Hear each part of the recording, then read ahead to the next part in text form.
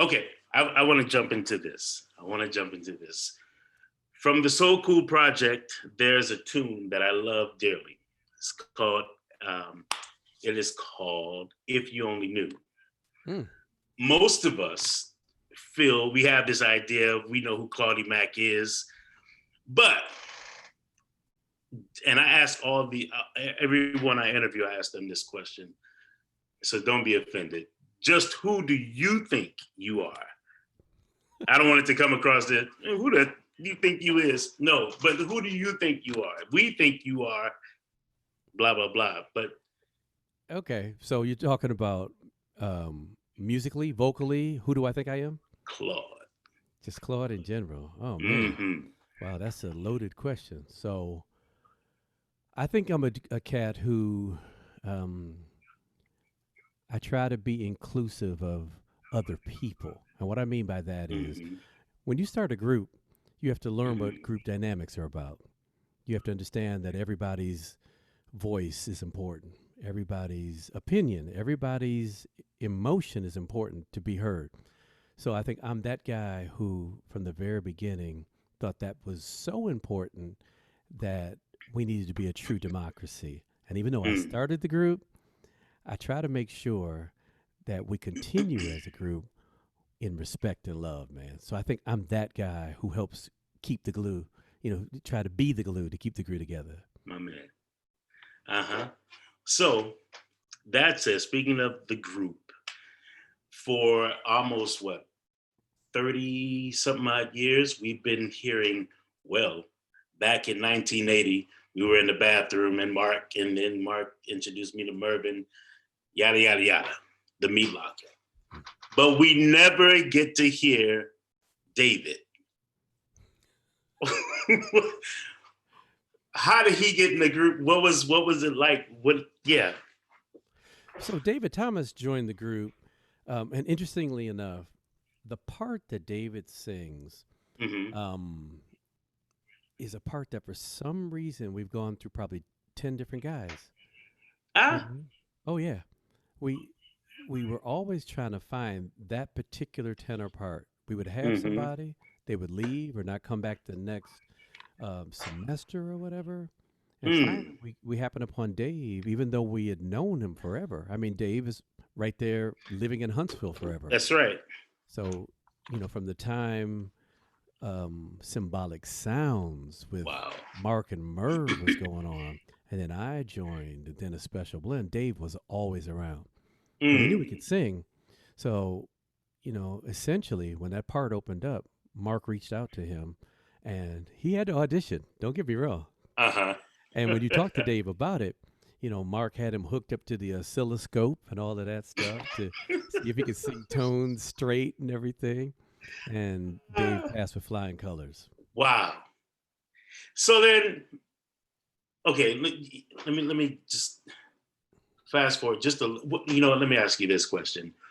When did you feel like we could do this? We Oh, can do it. We got it. I think I can quit my job. Like, because Benny was what 17 when he joined the group. So, or how old was he when he got the deal? And yeah, so the way just it walk. worked out is this. Uh huh. We had gone through a number of different guys. And then in 1985, we lost our bass, Eric Mm-hmm. Green. Yeah. We lost our baritone, who at the time was Jerry Hutchinson Yep. out of New York. And we lost Keith Pascal, Mm-hmm. who sang that fourth tenor part, which is actually Mm-hmm. second tenor. And we gained Alvin, Cedric, and David. When Mm-hmm. we got that lineup, we knew we had something really, really special. Uh-huh. And it took us 2 years from then to get that first deal. And I think Alvin may have joined the group at about 17, 18, but Mm-hmm. we signed the deal in 87. Right. So, yeah. But the tail of that question, when did I know that I'd be able to, quit my job and do this full Uh-huh. time? Man, come on. You never know that. You're always wondering. Even though we had a lot of success with that first album, Mm-hmm. I mean, to be honest with you, we gave it 100%. Because me, Mark, and Merv all moved to Nashville. Hmm. We're living in a 3-bedroom apartment. Wow. We were all signed to Warner Chappell Music, so we had um, publishing deals. I was about to ask that. Yeah. So that's how we were living, man. We were scraping everything together. We were doing that first album, and we were just praying, man, that something was going to happen. And, apparently it did. Wow. Talk about the power of influence. You guys, it's because of take six. I am who I am. I get to I'm gonna tell you how it all happened. My uncle came to my house for a dinner, and he came with this blank tape, and we were, he's letting it play. And I'm a Breath of Life fanatic, especially back then. I'm talking 1985, and I'm loyal. So I'm hearing this group, and then all of a sudden I hear "You Better Mind." And to be honest, I was upset. Like, who changed this song? Wait, play that one more time. Play it. Rewind that. And then a few months later, May of 1986, you guys came to Chicago as Alliance. Hmm.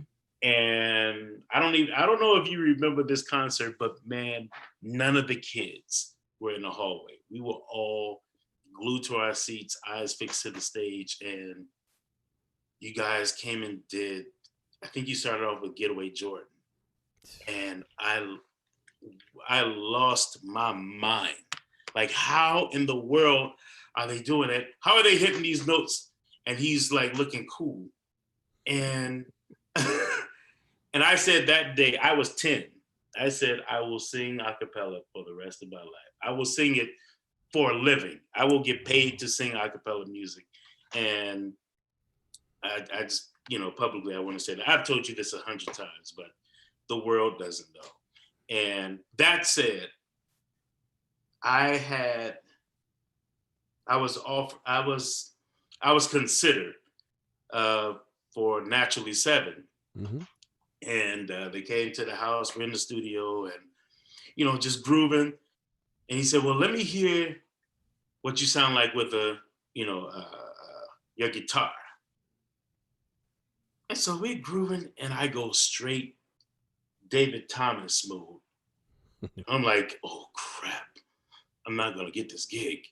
And so and then he said, well, let me hear you do some leads. And I'm singing, and then he said, well, let me hear your highs. So I go to falsetto and I'm channeling you. And I'm like, this is not working out. I've obviously it didn't work out. So, but how did you guys feel comfortable in your own skin being take six? Like, I can do a trumpet.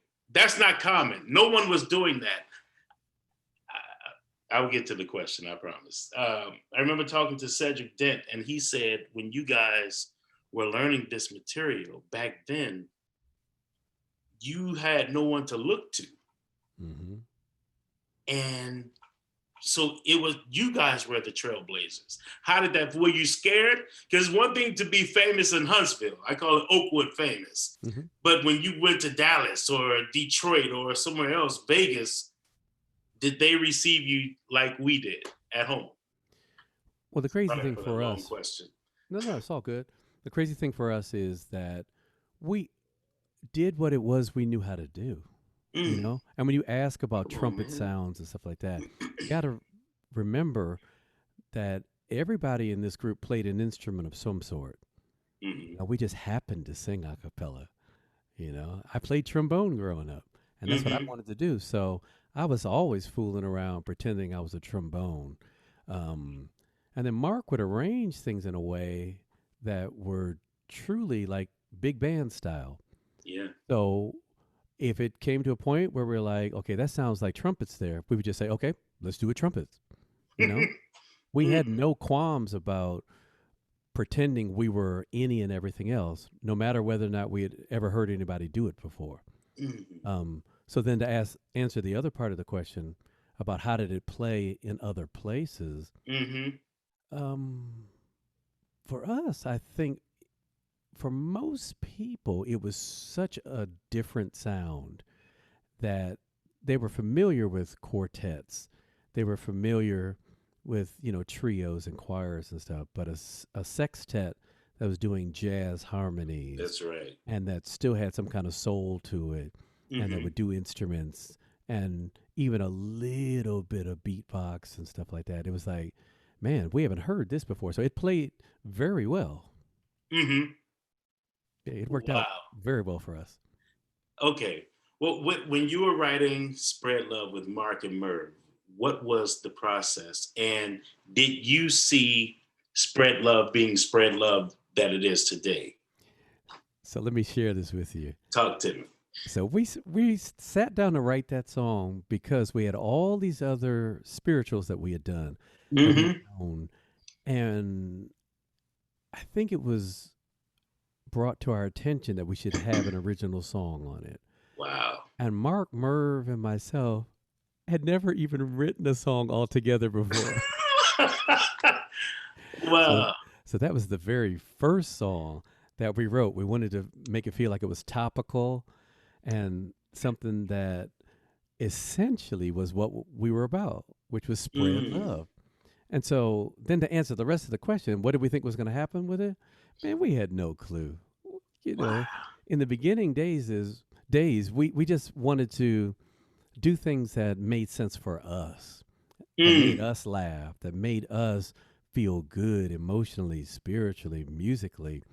And even the record company, when we first did that first album, they were like, if we sell 25,000 copies or so, we've done something good. We were like, okay, that's great. Let's do it. Mm. We had no idea what could happen, what would happen. And, it might sound like a cliche, but we're like, let's just put it in God's hands and see what happens. That's right. Wow. So now, would you agree that typically in most African American Adventist a cappella groups, usually the first tenor sounds like Walter Artis from Breath of Life Quartet Hmm. and or you. Now, I know you studied Walter a little bit. I Oh, could yeah. tell. Oh, yeah. But it also sounds like you channel Sister Bonnie Herman from the Singers Unlimited. Yeah. Yeah. Yeah. Yeah. Okay. So, of course, those two people and elements are in what it is I do. But I Hmm. also grew up listening to the Shy Lights and Yes, the sir. Singers and the Temptations and Mm. DeBarge Come on, and man. Stop it. Switch and Earth, Wind, and Fire. And I always wanted to sing the bass parts because growing up in the McKnight Brothers Quartet, I sang Hmm. bass. And Brian was the first tenor. Uh huh. But I loved all the first tenor stuff. So when I started my group in college, no one else at that time in my group could do the first tenor. So I was like, well, I'll do it because I was already hip to, singing all that high stuff, and Wow. that just became me. And so I think I'm elements of all those people I just mentioned. Wow. That's a perfect segue because I heard that Bobby McFerrin practices singing intervals of tenths. Mm. And what's your method? Wow. Okay. So I also teach and coach vocal lessons. And one of Hmm. the things I stress to students, especially when you're doing intervals, is to almost think higher than the note you're going to sing. Mm. So, in essence, don't strain to go up to the note, jump above the note, and land on it with a soft landing. Wow. So, I think like that. Now, I will admit that it's easier to do that when you have a very in tuned Yes, ear sir. Hmm. because it's rare that you're going to just be singing sharp. Excuse me. You know, Right. Yeah. what'll happen is you may hit it slightly sharp and then go right down to the note. I think that's more pleasing to the ear than to strain to get up to the note, Hmm. And then what happens a lot of times is if you're singing something that's out of your range and you're trying to hit a note and it's an interval, If you do a couple of those and they're flat, I can almost guarantee you're going to start getting nervous. And what's one of the first things that happens when you're nervous? You start going even flatter. Mm-hmm. So Mm-hmm. I always tell people get as much of a foundation and Yeah. Yeah. support under the nose and sing above them. So it's a nice soft landing onto the note. Wow. Yeah. And while you're there, I talked with a lot of people who believe, oh man, I could do what Claude can do. I can sing this stuff. And I said, you know what? It's not, I said, I dare you to, for 40 years, be a natural baritone and singing your false, and not just singing your false, but sing on top of Mark. Right. And just try it. Just for 40 years. Because that's about as long as you guys been doing it, correct? Oh, yeah. Yeah, yeah. Wow. And my one of the things my method, one of my methods was if there's anyone I can relate to vocally in Take Six, it would be you. Hmm. Because I too am a natural baritone. And I grew up, I love El DeBarge and the Carpenters and the Singers Unlimited, but it wasn't until I came across you guys and my brother came home. My brother, Wade, my oldest brother went to school with Brian at Oakwood. Hmm. And he said they would be in the dorm room and Brian would practice these riffs using the vowels in the alphabet. Mm. And all that stuff. And so my brother came home for like Thanksgiving break, and I'm saying, how in the world are you doing that? You didn't do that before you left for college. And so I said, shoot, I got to learn how to do this. So I would listen to you, Brian, your cousin Chris, Hmm. Stevie Wonder, and just listen to it at high speed dub. So if you did a riff, it was that much faster and that much higher. And so that's how I was able to get my range in my Oh, that's awesome. falsetto. Just Yeah. I wouldn't. Anyway, go ahead. Go ahead. Were Well, you the, going the to say thing that something? no, that's perfect. Uh, Mm-hmm. because the more we practice, the more it becomes easier to play the game. Mm. You know, it's hard to get on stage and try to do something that you haven't meticulously practiced over and over and Mm. over again because you want it to feel and to seem easy. You don't want to Mm. be in the heat of the battle and be like, oh, I don't know if I can call on this. Oh So man. yeah, you got to do it over and over again. And speaking of range, so I always had a big range, but Mark Kibble's arrangements were never done in a way that took into account what the natural range of the group was. He arranged how he wanted it to sound, and we had to adapt to it, which meant Get I had over to your get higher feelings. and Right. Alvin had to get lower. Wow. But well, I'm glad he did it. Hmm. Sucks for you guys. But so tell me this: what is, speaking of wear and tear on the voice, what is a travel day like for you as a West Coast guy having to travel overseas to a gig? Wow. Okay, so travel has morphed over the years. You Hmm. know, when we first started out 30 plus years ago, I lived in Nashville. Hmm. And when you're a young man, travel's no big deal.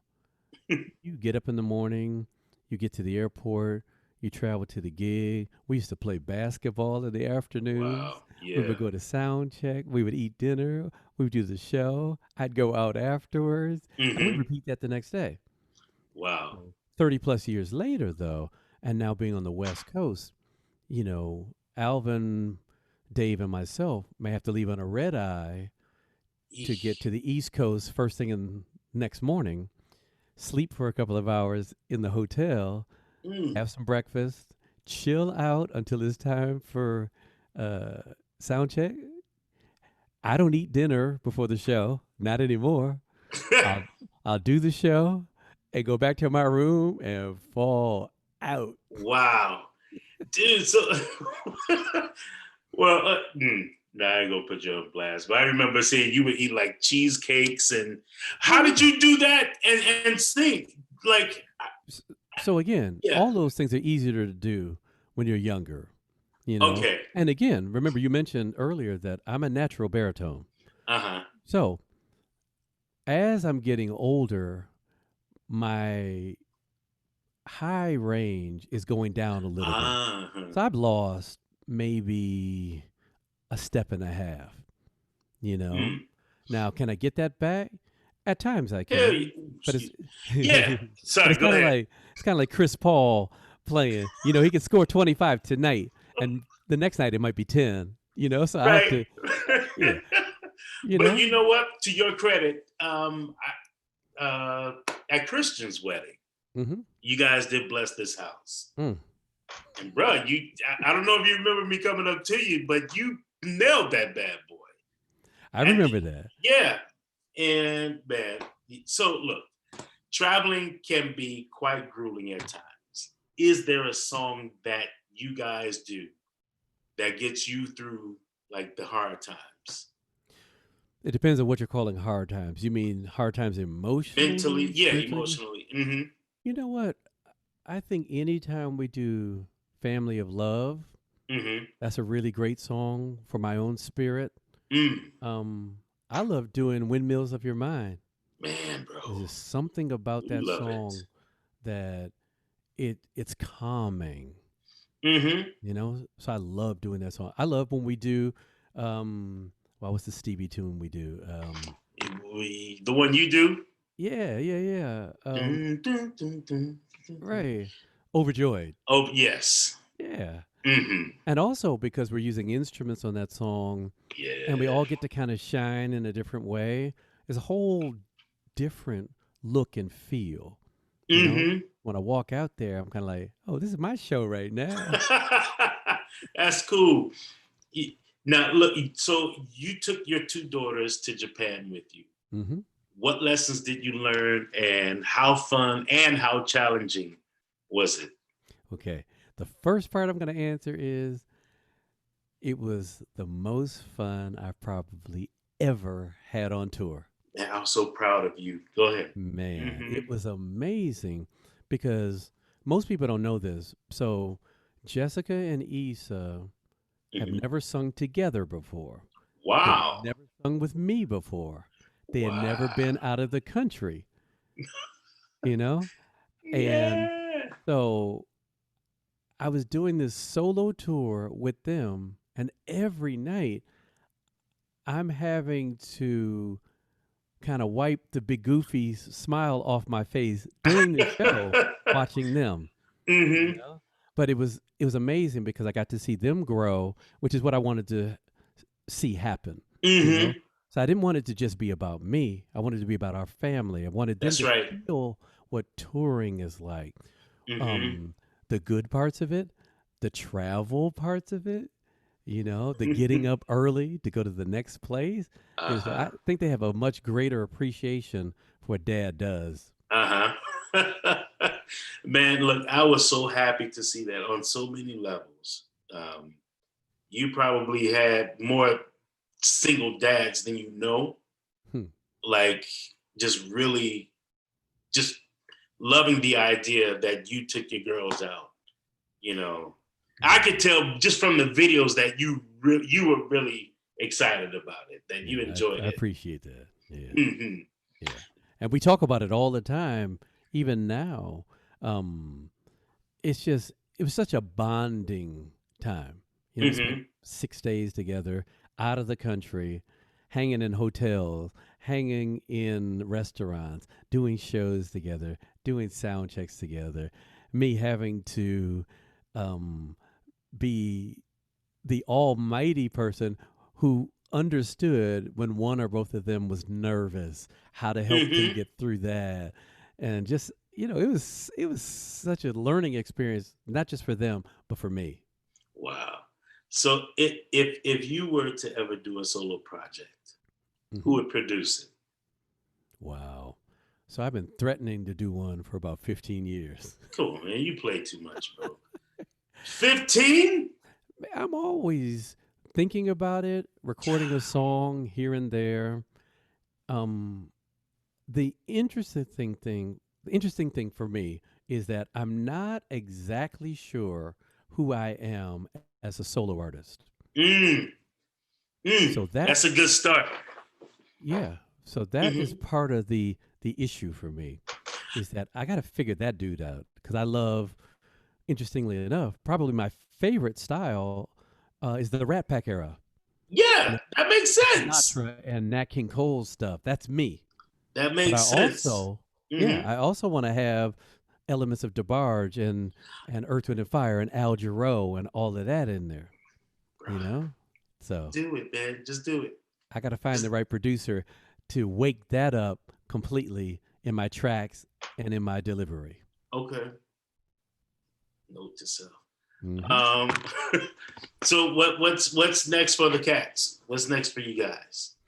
Well, during this pandemic time, we haven't been on the road in 6 months. Yeah. So we're trying to do some recording here and there, Hmm. and we're asked to do different church services and things like that. Yeah. What people don't quite understand is that we can't do anything live. Yeah. You know, um, technology hasn't gotten to the point where we can be in separate locations and all sing together Wow. in sync. Hmm. So, and then the other part of that, like you intimated, you know, you can't make enough money doing these little things to make a living like that. So we're all doing other things, especially Hmm. musically. I'm in the midst right now of finishing up filming my voice lessons master classes. Ah, Yeah, man. wise man. Come on, man. You Yeah. know, you have an idea as to when it'll be out? Well, I'm finishing up the recording and filming in this next weekend. I've got my delivery system on tap. I'm Mm, working on the marketing of it and all that. I've got my sizzle reel ready to go. good, So I'm good. hoping this is all ready to launch before the end of the year. Wow. Okay. Do you have a favorite a cappella group, both past and or present?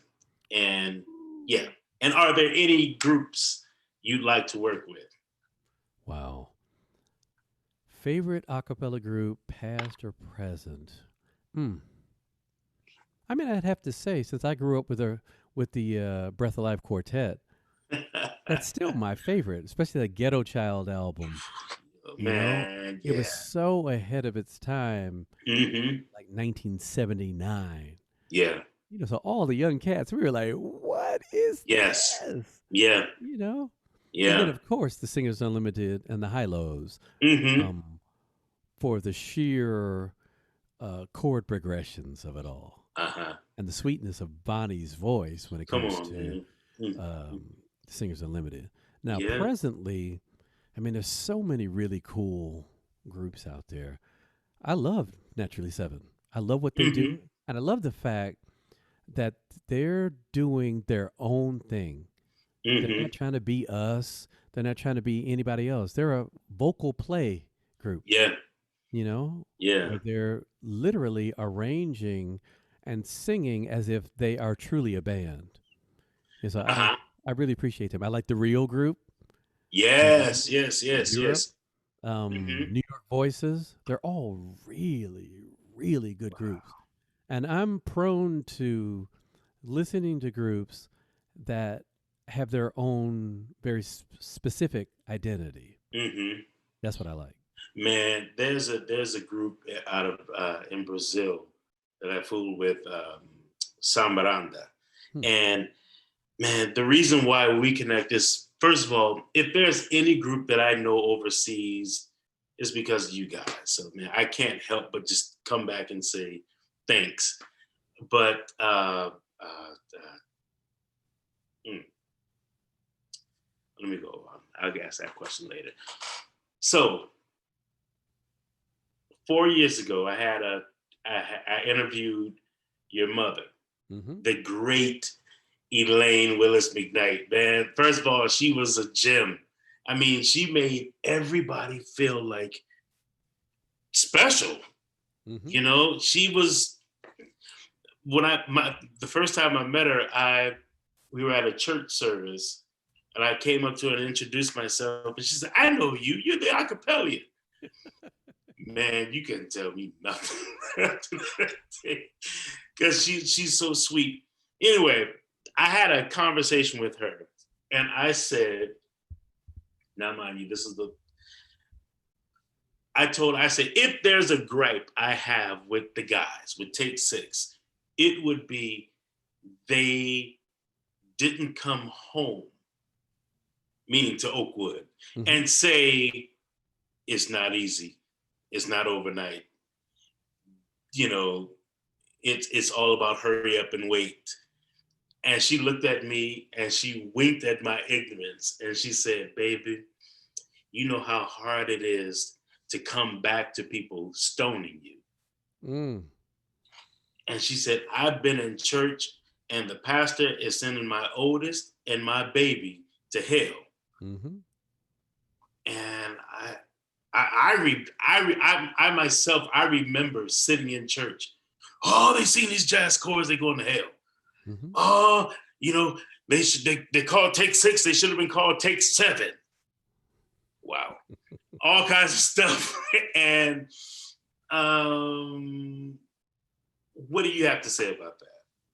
How yeah, go Well, I'll ahead. just say this. It was hard at the beginning because you're not Mm-hmm. really sure why people feel like they need to throw stones at you like that. Mm-hmm. And then you realize that if you know what you're doing and your heart and spirit are in the right place, that's going to Mm, happen, you yeah. know? And that's okay because even after that, we heard, a lot from Oakwood and different pastors and such telling us how proud they were of us and stuff. And that's human nature. It's okay. And I think as Mm-hmm. I get older, I understand that more and more because it's easy to look at something and just see the cover and think that um, it's A, B, or C, and not knowing the nuances of what are going on, or not knowing somebody's heart and judging from your own lack of understanding. Mm-hmm. So it's okay with me. That's right. That's right. Let me go a question from back in the day. Do you have I'm sorry, not back in the day. Do you have a favorite jingle that you guys have done? Wow. I do. Which So one? we've done a lot of things. And I listened to this one the other day because it's on YouTube. And most people haven't heard it, but we did an Yves Saint Laurent commercial. Mm-hmm. Mm-hmm. The And perfume? yes. And we Yeah. sang in French and we You were did a good job, man. killing it. And I love listening to that. And it's Uh-huh. also one of the highest songs I've ever sung. So I Mm. listened to that. I'm like, what happened to that guy? So, Man, never mind. I ain't gonna say that on camera. I tell you off camera. Let me tell you about my favorite jingle of all time: okay. the Burger King commercial. Man, you Wow. slayed that thing. Do you remember that? I do, but I don't remember it specifically to be like, oh, yeah, this, What? and this. Yeah. Oh my goodness, man! That's yeah, you slayed that thing, man. And that's what. First of all, how did you guys get those gigs, and how did they pay? And how did they pay? So back in the day, when we first came out, uh, we had so much notoriety, especially in the music world, that everybody wanted us. So we were on Mm. everybody's album. We were doing all these commercials. I mean, it was all kinds of stuff. And those commercials pay very well, you know, Mm-hmm. because if you get a national commercial, Yeah. it's residuals, Mm-hmm. so you'll get paid for quite some time. Or TV Wow. shows that we've done. I still get checks from Sesame Street. Wow. Or checks My. from the Out of Hmm. Towners movie, which we did 20 years I didn't ago. know you guys were on Okay. there. Yeah. Or Oh, Brewster's Place and Brewster's all of those Place, things. man. Murphy Brown, all those things, Hmm. man. Hmm. So, okay, speaking of jingles, did you guys do, you know it's coming, the beer commercial? We did not.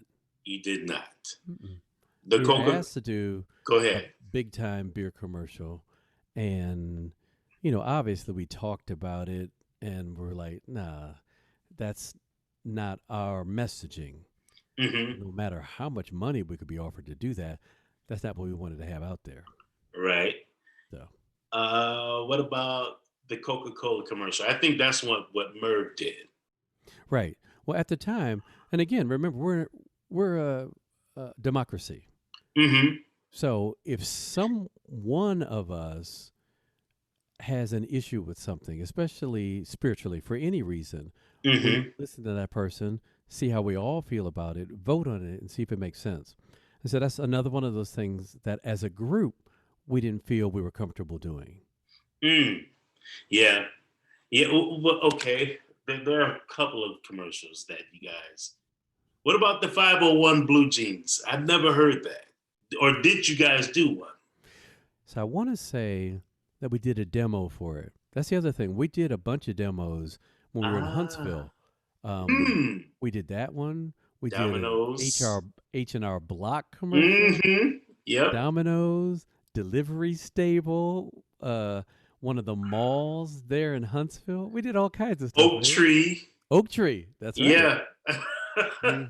And did you guys perform on the Cosby Show, or are they mistaking you for Bobby McFerrin? That must have been Bobby. It wasn't us. Hmm.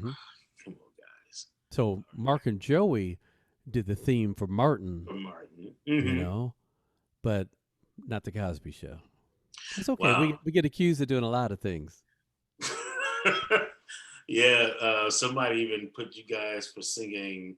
Somebody mistook. Never mind. Never, that's a low blow. Um, Somebody mistake you guys for All for One. Yeah, Yeah.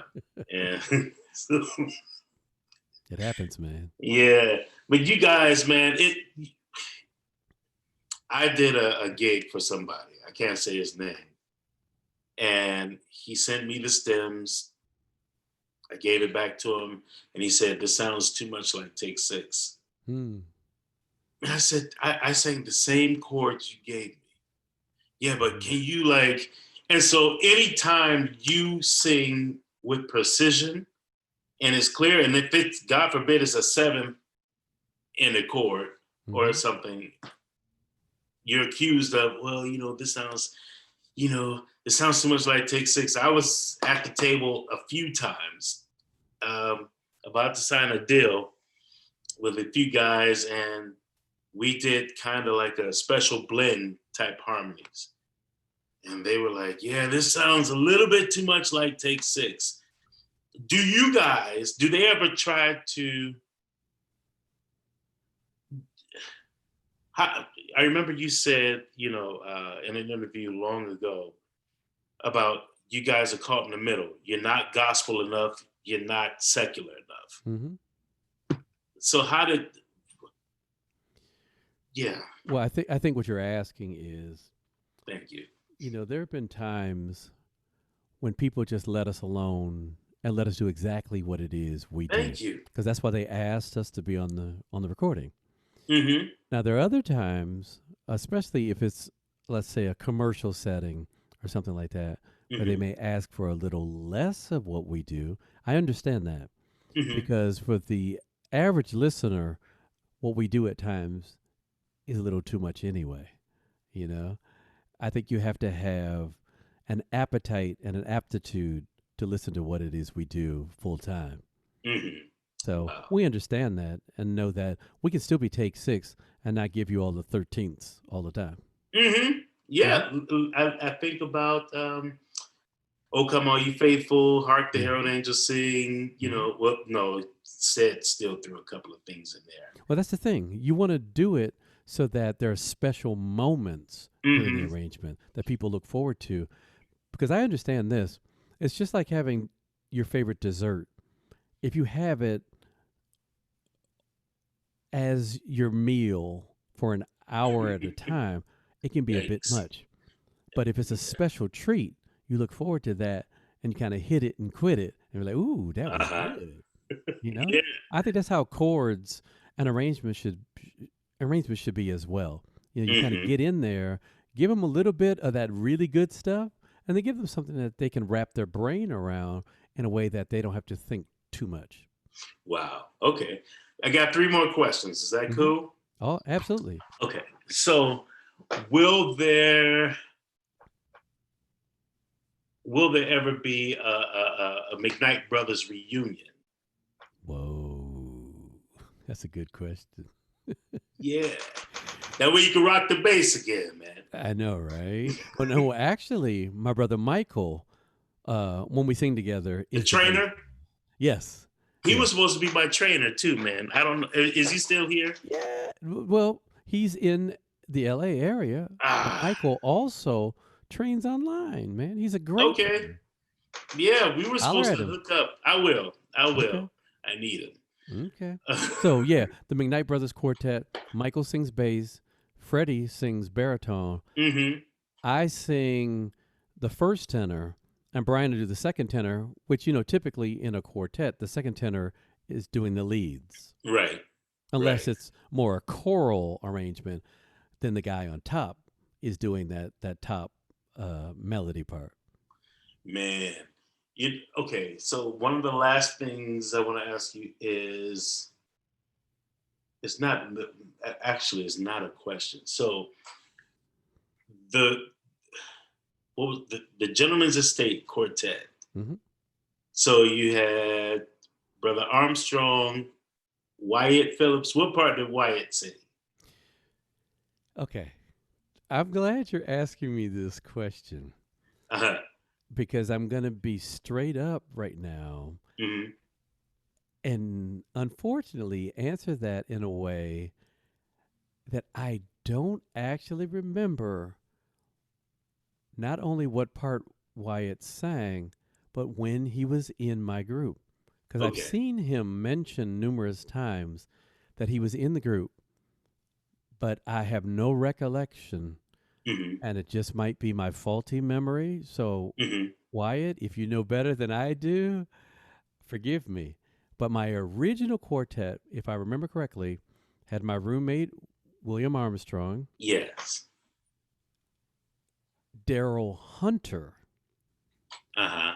out of New York, and one other guy, but I don't think it was Wyatt. I don't remember who it was. So What was that? 1980. 1980. Yeah, That's the well back in 1980 moment. exactly. Which would Okay. have meant that would have been the group that Mark walked in on in the bathroom Hmm. to sing that fifth part. So I asked Mark as well. I'm like, when did Wyatt sing in the group? And he can't remember either. So I don't Okay. think it was Wyatt. But in Okay. those days, it wasn't like you had a dedicated lineup. It was Oakwood. Yeah. So at Yeah. any given time, Willie and I would grab another cat, and that was our group. And that's the crazy thing about Oakwood. I was explaining to some other people at the CARAs, the Contemporary Acapella Recording Awards. Hmm. At Oakwood, I would get asked to sing solos. And there are often times I didn't want to sing a solo. I was tired of doing that. I wanted to harmonize. Hmm. So on my way to the skating rink, um, hey, you could at Oakwood, if you threw up three rocks, wherever they land, whoever it hits, hey, come on. Yep. And you can pretty much walk on stage in 10 minutes after a quick rehearsal and Yeah. go and nail it. Yeah. And there was some traditional arrangements that everybody knew. Mm-hmm. You know? Mm-hmm. Yeah. Wow. All right. Last question. If you could pick one word to describe all seven of the cats you sang with in Take Six, Oh, that's easy, or man. choose as many words you want, No, or just phrase or one. anything. Okay. Family. Mm. Family, bro. Think about this. From the time Mark, Mervin, and myself met and sang together, that's 40 years ago. That's 40. well over, you know, 2/3 of my life. I'm wow. I'll be 45 in 3 weeks. Yeah, man. So Wow. we've been together through births, deaths, marriages, divorces, remarriages, highs, lows, money, no money, all of Hmm. that kind of stuff, spiritual upheavals. We've been through Wow. everything, man. So we are family. Yes, sir. That's all right. Man, Claudia Mac, I really appreciate you, man. I watch you do interviews, and I have to say, man, you do a really good job. You ask great questions, and I hope that I did an okay job, at least an okay job. Dude, you're good at what you do. Because here's the thing, you're passionate about it. Hmm. And that's what's most important. If you care about what it is you're asking and about the subject um, that you're broaching, you're a good interviewer. That's it. Mm. Bless you. Thank you, man. Much love to you, and man, stay safe. Same to Stay you. safe out there, man. Yes, sir. Be All good. right. All right, Thank brother. you. Cool. Peace.